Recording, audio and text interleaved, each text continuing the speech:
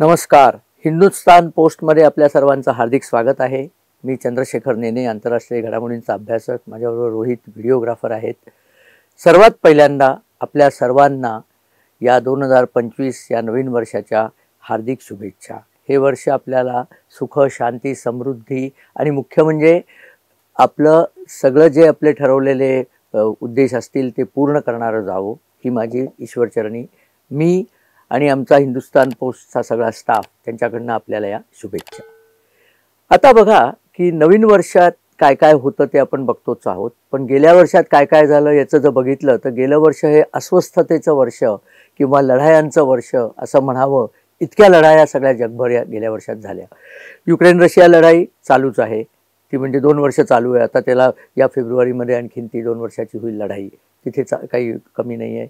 Israel Hamas लढाई, ती आता इस्रायलनी हमासचं इतकं कंबरडं मोडलं आहे. हमास, हिजबुल्ला या सगळ्यांचं आता फक्त हुती राहिलेत आणि इराण राहिले आहे, पण तिथे सुद्धा इस्रायल आणि अमेरिका जॉईंटली हल्ला करून त्यांची कंबरडी मोडत आहेत.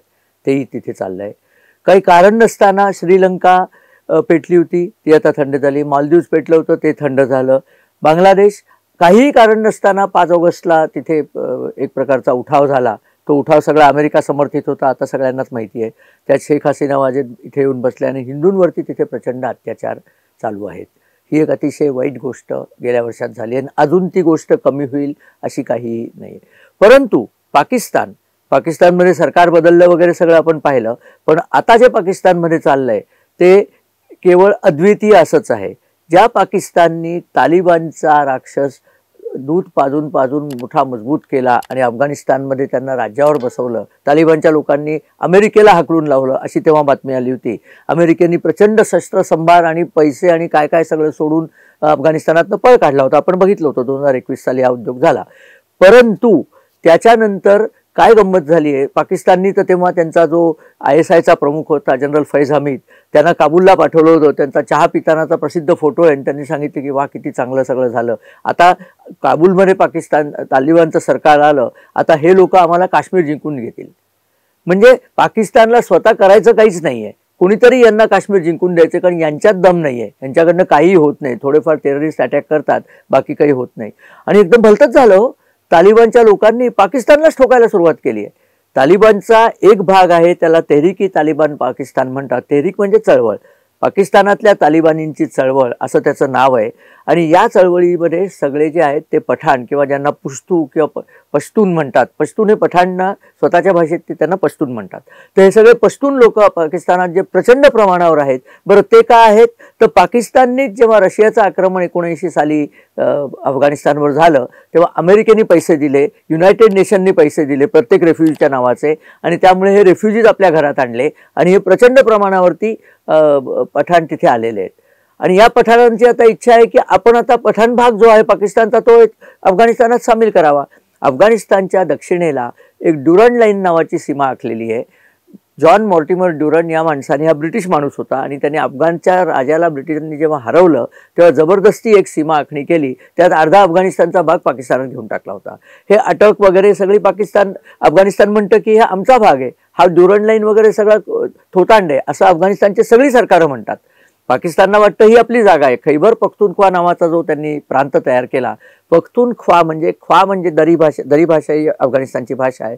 ख्वा म्हणजे भूमी, पख्तून म्हणजे पठाण, म्हणजे पठाण लँड आहे. तो खैबर पख्तूनख्वा पाकिस्तानचा कसा झाला असा त्यांचा सवाल आहे. तिथे राहणारी लोकही त्यांचीच आहेत, सगळी त्यांच्याच टोळ्या तिथे राहतात. आणि या इम्रान खाननी त्या टोळ्यांना तिथे वसवलं, त्या टोळ्यातल्या दहशतवादी लोकांचं पुनर्वसन करावं असं इम्रान खाननी ठरवलं, कारण तोही पठाणच आहे, तो मूळचा पठाणच आहे ना, हे आपण विसरता कामा नये. नियाजी नावाच्या टोळीचा तो पठाण आहे. परंतु हे केल्यानंतर त्या लोकांनी स्वतःची आता ताकद एवढी वाढवली आहे की ते आता पाकिस्तान सरकारलाच आव्हान देत आहेत. TTP म्हणजे तेहरीक-ए-तालिबान पाकिस्तान आणि अफगाणिस्तानातलं जे तालिबान सरकार, त्यांच्यात वस्तुतः काहीच फरक नाही आहे. हे इकडे बसलेत आणि ते अफगाणिस्तानात बसलेत. आता काय झालंय की पाकिस्तानला लक्षात आलं की या TTPच्या लोकांनी आपली अगदी ससेहोलपट चालवलेली आहे. गेल्या वर्षाच्या 10 महिन्यामध्ये 1500 टेररिस्ट अटॅक TTPनी पाकिस्तानच्या लोकांवर केले आणि त्याच्यात 570 सैनिक, पोलीस, रेंजर या सगळ्या लोकांना मारलेलं आहे. फ्रंटियर कोर वगैरे त्यांचे जे सैनिकी लोक आहेत 570 ते मारलेत आणि 324 सिव्हिलियन मारलेत. असे 1024 लोक त्यांनी मारून टाकलेले आहेत. तर हे जरा अति झालं म्हणून पाकिस्ताननी तालिबानवरती बॉम्ब हल्ला केला. कारण तालिबानकडे विमान विरोधी तोफा नाही आहेत, बाकी सगळी शस्त्र आहेत त्यांच्याकडे. तर यांनी जाऊन आपली F-16 जेट होती ती घेतली आणि तालिबानच्या ठाण्यांवरती हल्ला केला. पण त्याच्यामध्ये मेले कोण? पठाण तालिबानच्या मते आमच्या बायका आणि मुलं मेली. हे म्हणतात आम्ही आमच्याच TTPचे जे टेररिस्ट तुमच्या इथे पळून येतात त्यांना मारायकरता हे केलं. आता झालं असं की तालिबान भयंकर खवळलं आणि त्यांनी पाकिस्तानलाच चोपायला सुरुवात केली.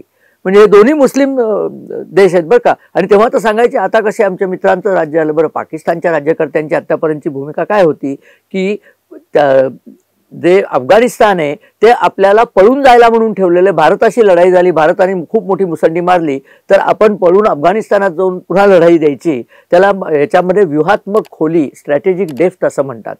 अफगाणिस्तानच्या तालिबाननी म्हटलं की तुम्ही आमचा वापर करणारे कोण कुत्रे? आम्ही स्वतंत्र राष्ट्र आहोत, तुम्ही आमचा वापर करून भारताशी लढायचं. उलट भारत आमच्याशी चांगला वागतोय, आम्हाला गहू भारत देतो जो तुम्ही मधल्यामध्ये चोरताय. त्यामुळे तालिबानची आता भारताशी दोस्ती झाली आहे आणि पाकिस्तानची भांडण झालंय. आणि आता तर पाकिस्ताननी तालिबानवर बॉम्बिंग केल्यानंतर तालिबाननी ठरवून पाकिस्तानला ढोपटायला सुरुवात केली आहे. आणि बातम्या तर अशा आहेत की पाकिस्तानी सैनिक चौक्या सोडून पळून जात आहेत. कारण यावेळेला तालिबानच्या लोकांकडे अत्याधुनिक हत्यारं जी अमेरिकेची लोक सोडून गेली होती ती त्यांच्या हातात आहेत. त्यामुळे त्यांनी पाकिस्तानला आता पलटाभुई थोडी केली. हेलिकॉप्टर्स आहेत त्यांच्याकडे, ब्लॅक हॉक हेलिकॉप्टर्स आहेत तालिबानांच्या हाताकडे. आणि पुन्हा अफगाणिस्तानामध्ये प्रचंड प्रमाणावर जी नैसर्गिक संसाधने आहेत ती मिळवायकरता चीन सुद्धा उत्सुक आहे. त्यामुळे चीननी पाकिस्तान चीन आणि अफगाणिस्तानच्या मध्ये जो वाखान कॉरिडॉर आहे, छोटीशी एक पट्टी आहे ती नकाशात दिसेल तुम्हाला, त्या वाखान कॉरिडॉरमध्ये चीनची सीमा लागते अफगाणिस्तानला. त्यामुळे चीननी याच्यात पळायचं नाकारलंय. ते म्हणजे अफगाण आमचे मित्र आहेत, तालिबान आमचे मित्र आहेत. रशियाने सांगितलं तालिबान आमचे मित्र आहेत. रशियामध्ये जे अफगाणिस्तानाचं दूतावास होतं ते त्यांनी तालिबानच्या लोकांना भेट करून टाकलं की तुम्हीच आता या, आता तुमचंच राज्य आहे. पाकिस्ताननं कोणी मित्र सोडला नाहीये आणि आता मार पडायला लागलाय. सैनिक पळून जात आहेत, सैनिक शरण येत आहेत. आणि आता तर गोष्टी अशा सुरू झाल्या आहेत की तालिबान हे पाकिस्तानच खाऊन टाकेल. म्हणजे उलट पाकिस्तानांनी तालिबानला स्ट्रॅटेजिक डेप्थ वापरायची, तर तालिबानच पाकिस्तानला खाऊन टाकेल. आणि त्यांना काय करायचंय? त्यांना तालिबानला पाकिस्तानमध्ये शरिया कानून आणायचा आहे, बायकांना बंद करायचं. शरिया कानूनची एक अगदी म्हणजे विनोदी घटना ऐकली की घरांना खिडक्याच करायच्या नाही. कारण खिडक्या असल्या की बायका खिडकीत येतात आणि लोकांना दिसतात. त्यामुळे घरांना खिडक्या बंद करायच्या. असले खुळचट लोक ते आहेत. पण सध्या ते पाकिस्तानला इतकं ठोकतायत आणि पाकिस्तानची पंचायत झाली. बरं, सैन्य सगळं अफगाणिस्तानच्या सीमेवर नेता येत नाही, कारण भारताच्या सीमेवरनं सैन्य काढलं आणि उद्या भारताने आक्रमण केलं तर पाकिस्तानची शक्लच उडतील. आणि हे सगळं होत असताना बलुचिस्तानच्या लोकांनी आता जोर केलाय. बलुचिस्तानची लोक जी आहेत, BLA बलूच लिबरेशन आर्मी, ते आणि TTP हे दोस्त आहेत. ते म्हणले तुम्ही इकडनं मारा, आम्ही इकडनं मारतो. म्हणजे सगळे मिळून पाकिस्तानला ठोकायला सध्या बसलेले आहेत. एवढं सगळं झालं की सिंधचे लोक म्हणतील आम्हाला या पंजाब्यांच्या बरोबर राहायला नको. कराचीत तर गंमत अशी आहे, पाकिस्तानचं एकमेव इंडस्ट्रीयल टाउन ज्याला म्हणतात कराची, त्यांची इकॉनॉमिक कॅपिटल आहे, आर्थिक राजधानी आहे. कराचीमध्ये 40% पठाण राहतात. हे रेफ्युजी सगळे तिथे गेले, कारण जेवायला तर खायला पाहिजे, जेवायला खायला धंदा लागतो, काहीतरी इंडस्ट्री लागते, ती कराचीतच होती. त्यामुळे कराची 40% पठाणांच्या ताब्यात आहे. त्यामुळे कराचीत त्यांनी जर बंद पाडलं तर पाकिस्तान मरूनच जाईल. आता पाकिस्तान एनिवे तुकडे पडायची वेळ आलेली आहे, हे आपल्याला सांगायचं होतं. हा एक भाग झाला. पण हे सगळं करता करविते जे अमेरिकेचे लोक आहेत, कारण इथे आता असं म्हटलं जातं की अमेरिकेने जाणून बुजून ती शस्त्र अफगाणिस्तानात सोडली होती. कारण ती शस्त्र अफगाणिस्तानचे लोक वापरतील कोणावरती? या तर भारतावरती किंवा पाकिस्तानवरती. आता त्यांनी ती पाकिस्तानवर वापरायला सुरुवात केली, कारण भारताने त्यांच्याशी मैत्री केली आहे. भारताने सांगितलं तुम्हाला जी मदत करायची ती आम्ही चाबहार इराणच्या पोर्टवरनं करू. म्हणून इराण सुद्धा पाकिस्तानला मारायला निघालाय, कारण गेल्या वर्षी त्यांनी इराणवरती सुद्धा बॉम्ब हल्ले केले होते. अशी सगळी मार्चमध्ये त्यांनी तालिबानवरती बॉम्ब हल्ले केलेच होते, पण तेव्हा असं काही झालं नाही. आता अफगाण तालिबानची तयारी पूर्ण झाली आहे. त्यांचे TTPचे लोक पाकिस्तानच्या आतमध्ये आहेत. यावेळेला तर त्यांनी TTPच्या लोकांना सांगितलंय की पाकिस्तान अफगाणिस्तान सीमेवरती तुम्हीच बसा येऊन. तेच तिथे बसले म्हणजे परकीयांचा अटॅक होत नाही ना, पाकिस्तानचे नागरिकच दोन्ही बाजूला बसलेले आहेत.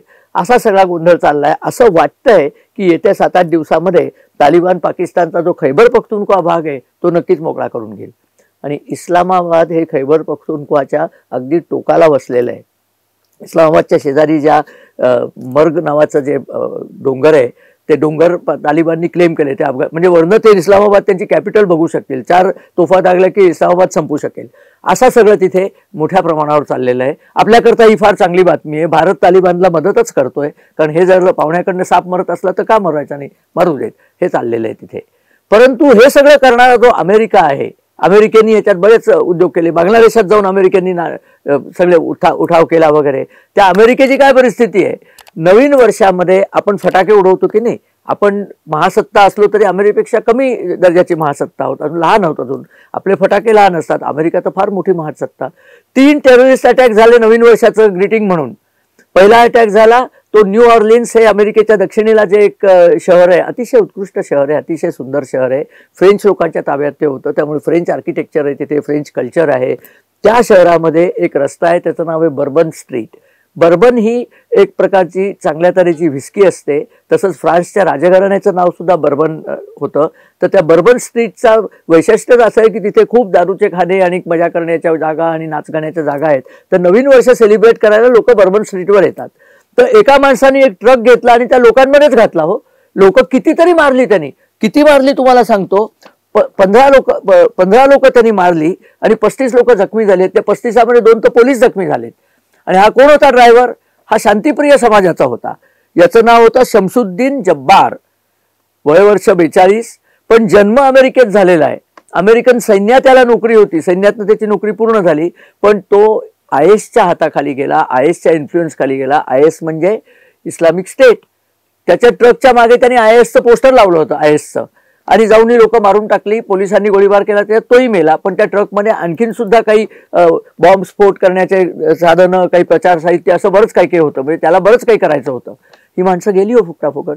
हे होतं नव्हतं तर लास वेगास जे अमेरिकेची द्यूत नगरी आहे, जिथे जुगाराचे कॅसिनोज वगैरे प्रचंड आहेत, तिथे ट्रम्प हॉटेल म्हणून जे ट्रम्पचं हॉटेल आहे, डोनाल्ड ट्रम्प यांचं हॉटेल, त्या हॉटेलच्या समोर एक टेस्लाची लेटेस्ट व्हेकल होती. त्याला सायबर ट्रक म्हणतात. म्हणजे ते सायबर काही नाही आहे, त्या मॉडेलचं नाव सायबर ट्रक आहे. नोव्हेंबर 23 मध्ये ते ट्रक बाजारात आलेले आहेत. म्हणजे ताजे एक वर्ष जुनं असं ते वाहन होतं. त्या वाहनामध्ये खूप बॉम्ब भरले आणि दारुगोळा भरला आणि ते उडवून दिलं. आणि त्याच्यातही माणसं मेली आहेत. आणि त्या हॉटेलच्या समोर मोठ्या टेररिस्ट अटॅक झाला.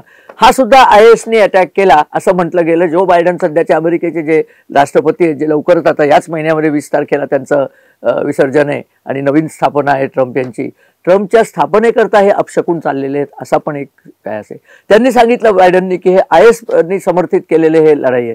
अहो, तुम्ही या लोकांना येऊ कशाला दिलं? या सगळ्या मुस्लिम इमिग्रंट्सना डेमोक्रॅट लोकांनी येऊ दिलं, त्याची फळं आता ते भोगतायत. आणि हे संपतंय तोपर्यंत आज सकाळी 10 वाजता, भारतातली मुंबईची वेळ सकाळी 10, त्यांची रात्री 11:10ची वेळ होती. न्यूयॉर्कमध्ये एक अमाझोरा नावाचा एक नाईट क्लब होता. त्या नाईट क्लबमध्ये एका माणसाने बंदूक घेतली आणि 11 लोक मारून टाकली उगीच. म्हणजे पण तोही टेररिस्ट अटॅक असावा असं आता अमेरिकेला वाटतंय. त्यामुळे अमेरिका एकदम अलर्टवरती गेलेली आहे की 9/11 जसा झाला होता टेररिस्ट अटॅक न्यूयॉर्कवरती, तसे काही करण्याचे तर त्यांचे मनसुबे नाहीत ना, हे ते बघतायत. म्हणजे अमेरिकेसारखी महासत्ता सुद्धा कशी वेठीला धरली आहे या लोकांनी, हे आपल्या लक्षात येईल. पण याचा अर्थ असा की ट्रम्प राज्यावर आल्यावर तो या लोकांना दसपटीने मारेल. मुस्लिमांना तर तो एंट्रीच देणार नाही. त्यांनी स्पष्टच सांगितलं, आम्हाला मुस्लिम लोक नकोच आहेत या देशामध्ये. आहेत त्यांनाही हाकलायचे आता कार्यक्रम सुरू झालेले आहेत. बघूया पुढे काय होतं ते. भारताकरता या सगळ्या चांगल्या बातम्या आहेत. त्याचा फायदा भारतीय राजनैतिक लोक नक्कीच उठवतील. भारताची कूटनीती जयशंकर आणि नरेंद्र मोदी आणि अजित डोवाल यांच्यामुळे फार उत्तम रीतीने चाललेली आहे. याचा आपल्याला देशाला नक्की फायदा होईल. हा सगळा पट आपल्या पुढे मांडायचा होता आणि पुढे येत्या वर्षात काय काय पाहायला मिळतं ते आपण बघणारच आहोत. आपल्याला जर हा व्हिडिओ आवडला तर आपण मित्रपरिवाराबरोबर शेअर करा, आमच्या चॅनलला सबस्क्राईब करा, आपले लाईक्स आणि आपल्या कमेंट्स आमच्याकडे येऊ दे. पुनश्च एकदा आपल्या सर्वांना नवीन वर्षाच्या शुभेच्छा देऊन हा व्हिडिओ संपवतो. धन्यवाद आणि नमस्कार.